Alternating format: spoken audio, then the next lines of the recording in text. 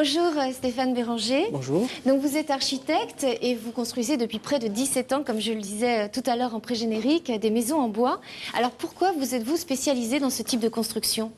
L'intérêt de l'architecture bois a été croissant dès les années 88-90, car les premières personnes qui sont venues s'adresser à nous étaient des personnes qui étaient intéressées par l'aspect environnemental de la maison bois et surtout sur la question énergétique. Comment moins consommer d'énergie ? Et donc, alors vous avez quand même peut-être suivi la mode, non ? Parce qu'on parle un peu d'effet de mode avec la multiplication de ces constructions, justement. Alors, tant mieux s'il y a effet de mode, puisqu'elle porte un projet, donc c'est très bien.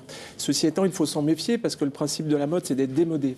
Je crois que la maison en bois est plus qu'un phénomène de mode, c'est une lame de fond, puisque c'est la maison de demain, grâce à ses qualités économiques et écologiques. Les chiffres, d'ailleurs, parlent d'eux-mêmes, puisque la maison en bois a progressé 2 fois plus vite que la maison individuelle en France. La maison bois a progressé de 46%.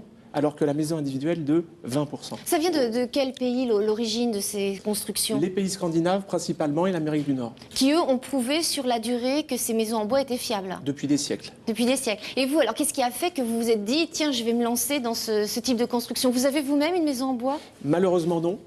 Malheureusement, non. En fait, le principe, c'est que j'habiterai bien toutes les maisons que l'on construit. C'est plutôt bon signe. C'est oui.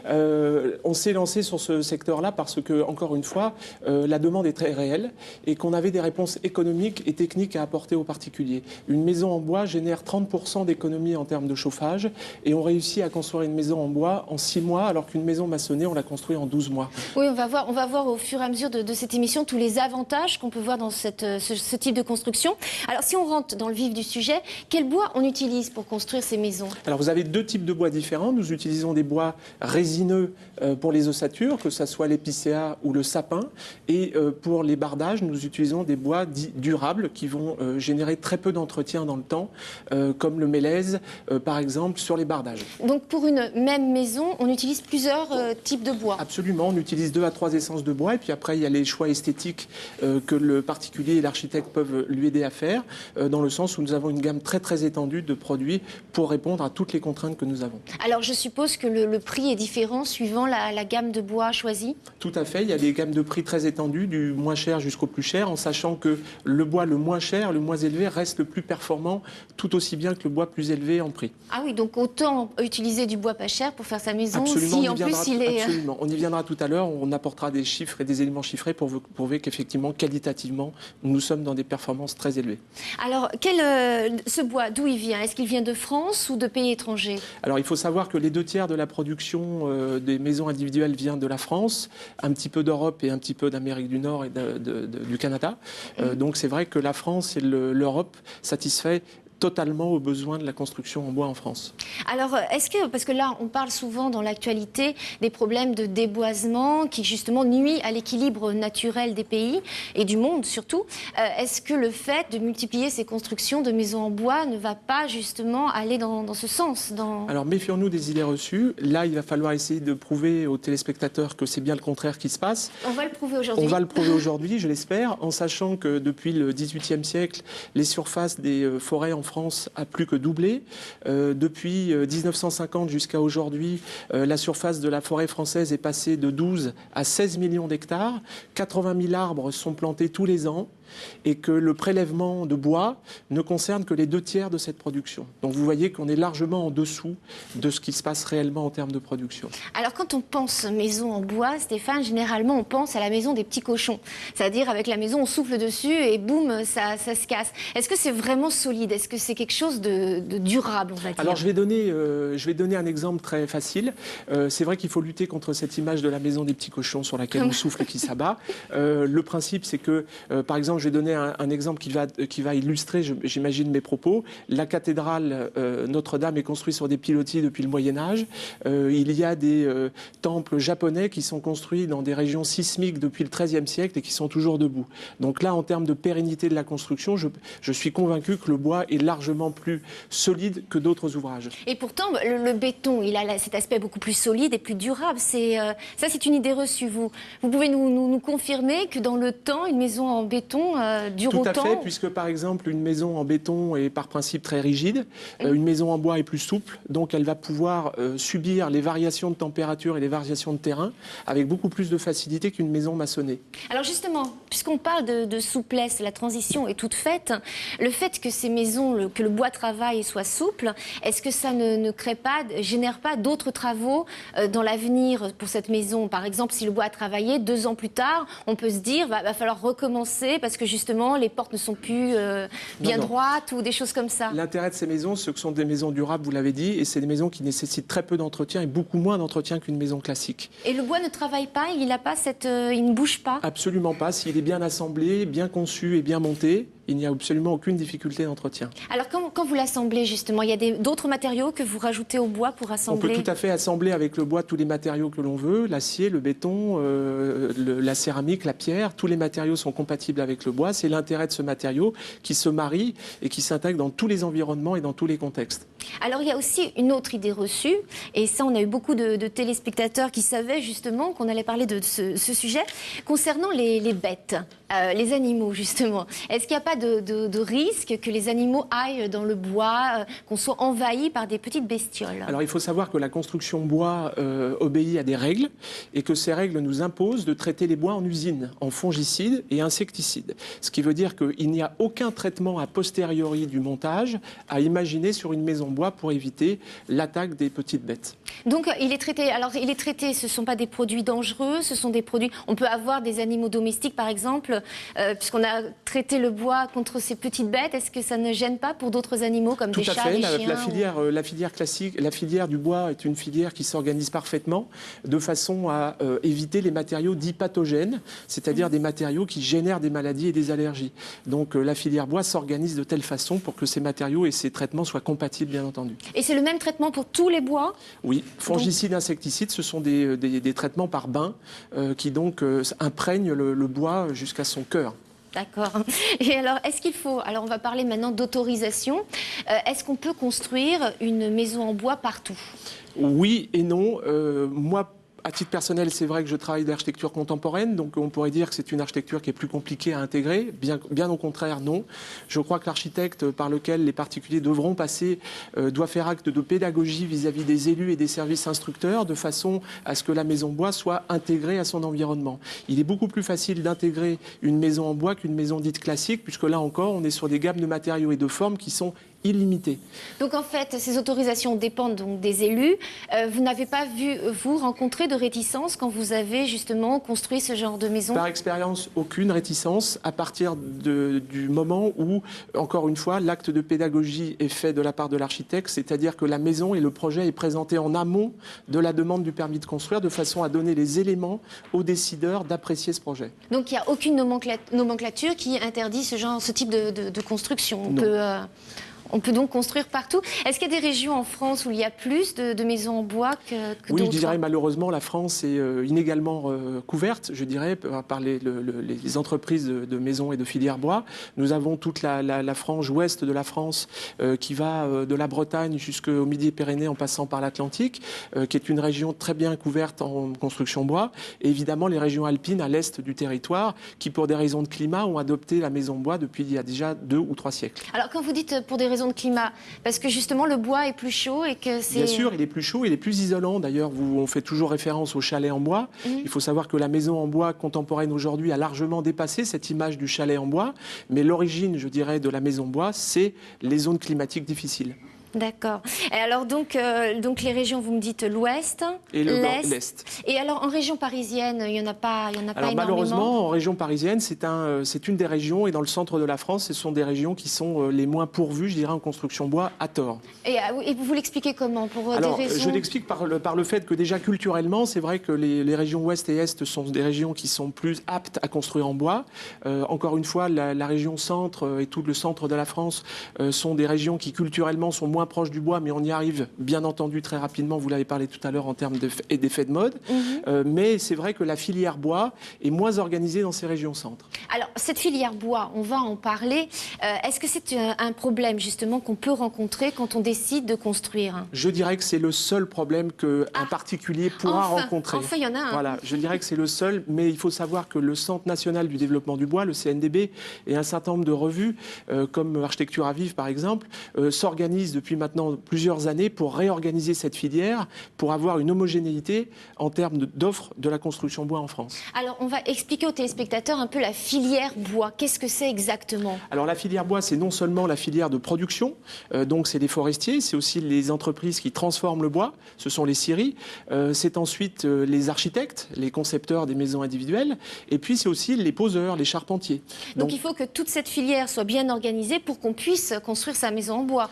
Voilà, à terme, moi, un de mes projets, c'est de rendre aussi facile l'accès à la commande bois que les gens peuvent avoir sur la commande maçonnée. Et là, c'est la difficulté qu'on peut rencontrer. C'est-à-dire que si on va voir n'importe quel architecte, qu'on lui dit voilà, je veux construire une maison en bois, il ne pourra pas forcément nous aider parce qu'il ne connaîtra pas cette filière et cette organisation. Il y a une inégalité, c'est vrai, sur le territoire d'un point de vue de la couverture de la filière bois. Mais il faut savoir que c'est quelque chose qui progresse très vite. Oui, ça progresse très vite. Alors, nous sommes allés bien justement chez un particulier et c'est votre travail, Stéphane. Et nous avons bien visité une maison en bois. C'est un sujet qui est signé Romuald Rochetta. Bonjour Ephedrine. Bonjour. Merci de nous accueillir dans votre maison en région parisienne. Alors, vous avez choisi de faire une construction d'une maison en bois. Pour quelle raison? Tout d'abord parce qu'on adorait les maisons en bois. Les maisons, généralement les maisons du nord des États-Unis, on aimait beaucoup. Donc on est parti de cette idée. Il y a eu des raisons aussi peut-être de délai de travaux, de désavantages? Voilà, donc l'avantage c'était que c'était très rapide. La maison a été construite en 6 mois. Donc 6 mois après le début, on était dans la maison, on avait déménagé. Et d'autre part, la maison s'adaptait, l'architecte a fait en sorte que ça s'adapte vraiment à la taille du terrain. Donc elle est vraiment posée au fond du terrain et on profite au maximum du reste de jardin qu'on a. Alors elle est complètement en bois. Pourtant là derrière nous on a l'impression que c'est une autre matière, que c'est pas du bois. On a l'impression un peu que c'est du métal. Alors il y a un petit peu de métal et puis il y a du médex, c'est du bois qui est peint en fait. Et qui fait vraiment un contraste avec le bardage. Alors quels sont les avantages que vous avez pu trouver dans cette maison en bois? Le bois d'abord c'est chaleureux à l'œil. Et puis, en fait, il n'y a pas besoin de finition, il n'y a pas eu de travaux de peinture. Et ça a été rapide aussi. Et vous aviez des a priori avant, quand vous avez pris cette décision d'acheter et de construire une maison en bois? Le seul a priori, pour moi, c'était les termites. Les termites? C'était tout, oui. Et alors En fait, le bois est traité, donc a priori, il n'y a pas de problème. Et vous n'aviez pas peur non plus que ça prenne feu plus facilement? Moi, non. Non? Maman avait peur. Mais non, en fait, c'est traité, donc... même en cas d'incendie, en fait, c'est même moins dangereux qu'une maison traditionnelle, en fait. Votre maison vient d'obtenir un prix. Voilà, elle a reçu le 2e prix dans la catégorie Grand Espace au Salon d'Angers, qui est un salon sur la maison en bois. Donc, je crois qu'on a tout intérêt à aller la visiter maintenant. Exactement.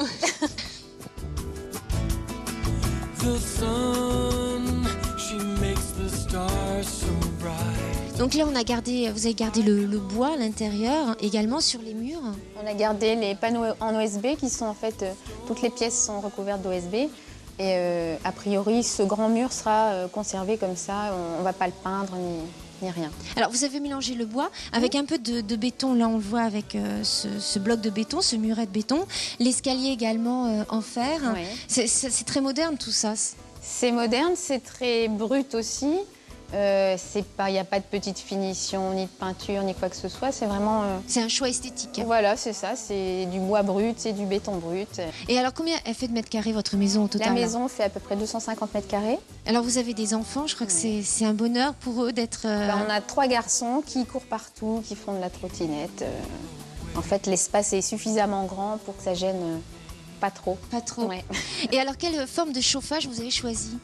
Alors, on a du chauffage par le sol au rez-de-chaussée et on a des radiateurs dans les chambres. Pourquoi le chauffage au sol? Question économique ou Question plutôt esthétique aussi, parce que c'est pas très joli les radiateurs. Ça prend de la place.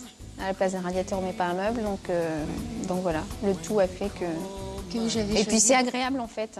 Mhm. C'est pas comme avant, on n'a pas les pieds chauds, il y a une chaleur douce, donc c'est très agréable. Est-ce que pour l'entretien, justement, le bois, tout ce qui concerne le ménage à l'intérieur de la maison, est-ce que c'est facile à nettoyer? Est-ce qu'il n'y a pas de soucis? Bah, ça prend peut-être plus la poussière et... Ah, on a quand même trouvé un inconvénient alors. Ouais, parce que ça accroche peut-être plus la poussière, mais je ne nettoie pas mes murs.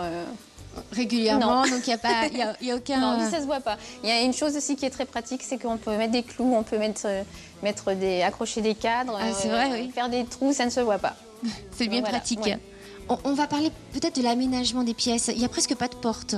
Non, il y a des portes uniquement aux chambres des enfants et à la salle de bain. Pourquoi? Ben, parce que la maison est ouverte et que c'est agréable comme ça. Et vous avez un grand puits de lumière là qui éclaire plus de 3 étages. Oui. Ça, c'est très pratique. C'est très agréable parce que là, on a un bureau qui est vraiment sous la verrière, donc qui est toujours bien éclairé. Il y a mon bureau, j'ai un bureau où je travaille, mon activité se trouve au sous-sol, donc c'est bien éclairé également. Donc on peut dire que vous êtes ravis d'avoir choisi une maison en bois. Alors, on est ravis, vraiment aucun inconvénient. On refera. On reprend. Ouais. Merci beaucoup. Je vous en prie. Et oui, alors tout le monde est content de sa maison en bois. On a vu la petite famille. Et bravo pour votre travail. Merci. C'était vraiment une très très belle maison. Alors on va peut-être parler d'argent maintenant. Ça intéresse évidemment tous les téléspectateurs. Quel est le budget moyen pour une construction en bois? Par exemple, là, celle-ci, celle qu'on a vue, qui fait combien? 250 mètres carrés. 250 mètres carrés. C'est une maison qui a coûté en septembre 2005, puisqu'il faut faire attention aux valeurs de prix. C'est une maison qui a coûté 1 100 € TTC du mètre carré, comprenant uniquement la partie de travaux. Donc non intégrée évidemment la partie du terrain et des honoraires d'architectes qui sont derrière. Alors par rapport à une maison en béton, c'est vraiment beaucoup plus bas le prix là. 40% en dessous. On aurait construit cette même maison en maçonnerie. On aurait été obligé de réduire la surface de 50 mètres carrés. Donc à budget égal, on a construit 50 mètres carrés supplémentaires pour cette maison. Et ça s'explique ça Alors ça s'explique surtout par des coûts de matériaux d'une part et des coûts de main-d'œuvre d'autre part. C'est-à-dire que le bois assemblé est préfabriqué en usine et assemblé en atelier, et ensuite il arrive sur des camions simplement pour le montage. Donc finalement, une maison comme celle-ci a été construite en 6 mois, la propriétaire l'a indiqué tout à l'heure, au lieu d'une maison classique pour 12 mois. Donc là encore, on retrouve des délais plus courts. Donc on gagne aussi sur les délais de construction qui sont les délais beaucoup... de construction, évidemment, les coûts de construction, puisque les coûts induits concernant les crédits relais et les loyers supplémentaires, évidemment, sont réduits pour autant. Et est-ce que c'est un argument fort, justement, pour... C'est un argument fort, puisqu'aujourd'hui, je dirais que le prix du foncier pour la maison individuelle augmente sans cesse et qu'à budget égal, les gens ont toujours besoin de la même surface. Donc on va demander aux architectes et aux constructeurs de trouver des solutions techniques pour construire toujours plus grand, mais dans des budgets plus réduits. Le bois, là, propose une solution concrète. Alors vous parliez un peu de... Donc elles arrivent... donc c'est un peu comme un puzzle, on Absolument. monte. Alors justement, est-ce qu'on ne va pas aller vers des constructeurs qui vont arriver avec des maisons en kit, comme on a pu voir dans le béton, justement? Alors attention à cette notion de maison répétitive. À titre personnel, je ne défends pas cette idée qu'une maison doit être produite à X exemplaires. Par contre, je partage complètement l'idée qu'on doit s'appuyer sur des matériaux industriels. Vous l'avez vu sur cette maison-là, nous utilisons que des matériaux pré-industriels qui font que le prix est réduit de 40%. Donc là encore, c'est une maison d'architecte qui a été réfléchie pour un programme particulier dans des besoins particuliers et que là encore, si nous avions dû construire pour une autre famille sur le même terrain, cette maison aurait été différente. Oui, c'est ça. C'est qu'il y a plus de... En fait, pour résumer, il y a plus de création dans une maison. Il y a beaucoup plus de création et encore une fois, les besoins et en tout cas la demande qui a été formulée par cette famille a été illustrée par ce projet particulier. Encore une fois, si quelqu'un d'autre avait dû être dans cette maison, le projet aurait été différent. Alors justement, les maisons en kit, on sait que par exemple en Suède, il y a eu la marque Ikea qui a proposé justement ces maisons en bois en kit. Et on a pu voir dans d'autres reportages, justement des gens qui en une journée, enfin peut-être pas une journée, mais on va dire... une journée, même plusieurs, en 2-3 heures. Voilà, ils arrivent, ils ont leur planche de bois, ils construisent leur maison. Ça, c'est un risque aussi que ça devienne... Oui, alors là, on va parler plus généralement de la banalité des paysages en France. Il faut savoir que, évidemment, la maison individuelle croît énormément en France. et qu'il faut s'attacher à sa qualité architecturale et sa qualité urbaine d'intégration. Donc il est évident que les maisons de catalogue sont des maisons qui ne peuvent pas s'adapter partout. Là, sur ce terrain particulier qui nous a obligés de construire sur le fond de cette parcelle, nous n'aurions pas pu y installer une maison en kit. Donc vous, en tant qu'architecte, c'est un vrai plaisir de travailler justement. Tout à fait, c'est un plaisir à chaque fois renouvelé. Plus j'en fais, plus je suis heureux. Et je le disais tout à l'heure, chaque maison construite, j'aimerais y habiter. Et vous pouvez vous permettre justement une architecture beaucoup plus différente, beaucoup plus originale Alors c'est vrai que l'architecture sur laquelle nous travaillons est une architecture contemporaine.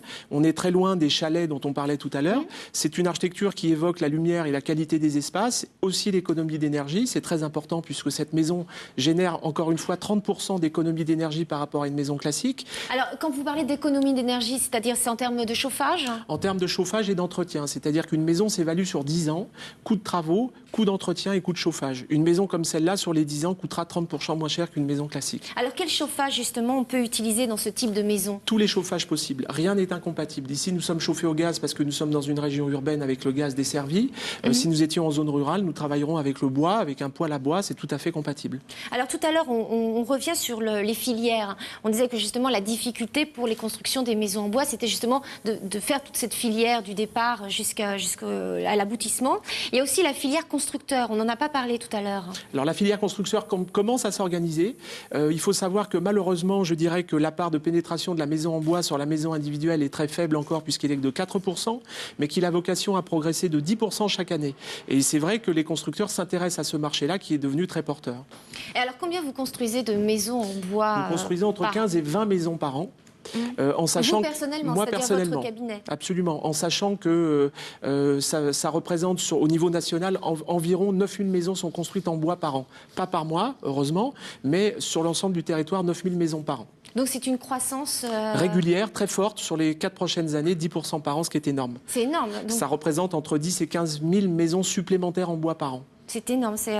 Alors on va rentrer dans le vif du sujet, enfin on est déjà dans le vif du sujet, mais sur des petits détails que se posent les téléspectateurs. Alors en termes d'isolation acoustique, est-ce qu'il y a une isolation particulière? Oui, le bois est un matériau à faible densité et à structure alvéolaire. Ça veut dire que de par ses qualités intrinsèques, il enferme le son.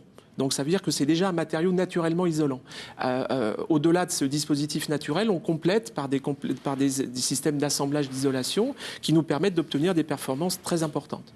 Donc en termes, isolation acoustique, donc encore un bon point. Isolation thermique, vous l'avez dit tout à l'heure, donc une efficacité supérieure de 30%. Tout à fait, puisque le matériau bois est un matériau qui n'a pas d'inertie et qui est pas conducteur du tout. Ça veut dire que quand l'air chaud est à l'extérieur, il rentre très doucement à l'intérieur. Et même chose pour l'hiver. C'est-à-dire que quand nous avons de l'intérieur en chaleur, elle passe évidemment très lentement sur l'extérieur. En sachant que c'est vrai qu'aujourd'hui, les 30% d'économie dont je parlais tout à l'heure sont liés à l'idée que ce qu'on appelle les ponts thermiques dans une maison maçonnée n'existent pas dans une maison bois. Et puis, vous me parliez aussi du CO2, le bois, justement, et par rapport au CO2, ça c'est important. Alors là, vous allez peut-être rebondir sur l'intérêt du bois sur la planète, puisque voilà, j'imagine que c'était votre question d'après. Il faut dire qu'un mètre cube de bois capte 1 tonne de CO2.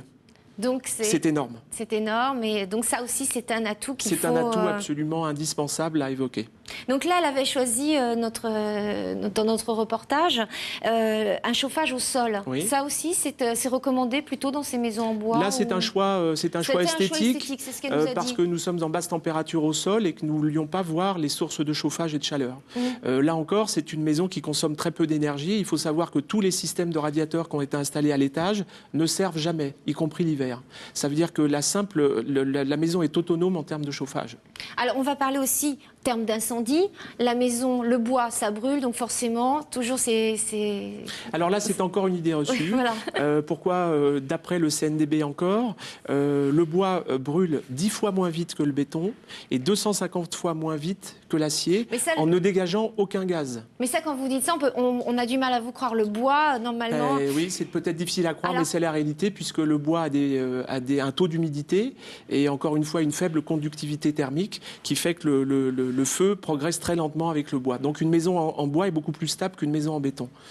Alors, en fait, on va résumer, puisqu'on arrive bientôt à la fin de cette émission. Il n'y a pas d'inconvénient à construire une maison en bois? Je dirais qu'il y a des avantages. Je pense que la maison en bois, c'est la maison de demain, par ses qualités économiques et écologiques, on l'a dit tout à l'heure, et que j'encourage évidemment tous vos téléspectateurs à vous orienter sur la filière bois pour tous les arguments que nous venons d'évoquer. Voilà. Et donc, problème peut-être pour l'avenir, ça c'est peut-être un problème, à savoir l'organisation de cette filière qui sera peut-être le problème pour ces maisons en bois. Je fais confiance en la filière pour s'organiser et faire face à la demande qui va s'accroître d'année en année maintenant. Et vous-même, c'est votre objectif Absolument. Pour l'avenir. Absolument. Donc sur 100 demandes, on peut dire qu'il y en a 4 en bois. Sur 100 maisons individuelles, il y en a 4 aujourd'hui qui sont construites en bois et demain, il y en aura jusqu'à 20 ou 30 construites en bois. Donc voilà, si vous voulez toutes les informations sur ces maisons en bois, eh bien vous pouvez contacter Stéphane Béranger sur le site internet qui s'affiche peut-être sur votre écran, à savoir béranger-architecte.com. Mais il est temps maintenant de passer à notre bibliographie sur le thème, bien sûr, des maisons en bois.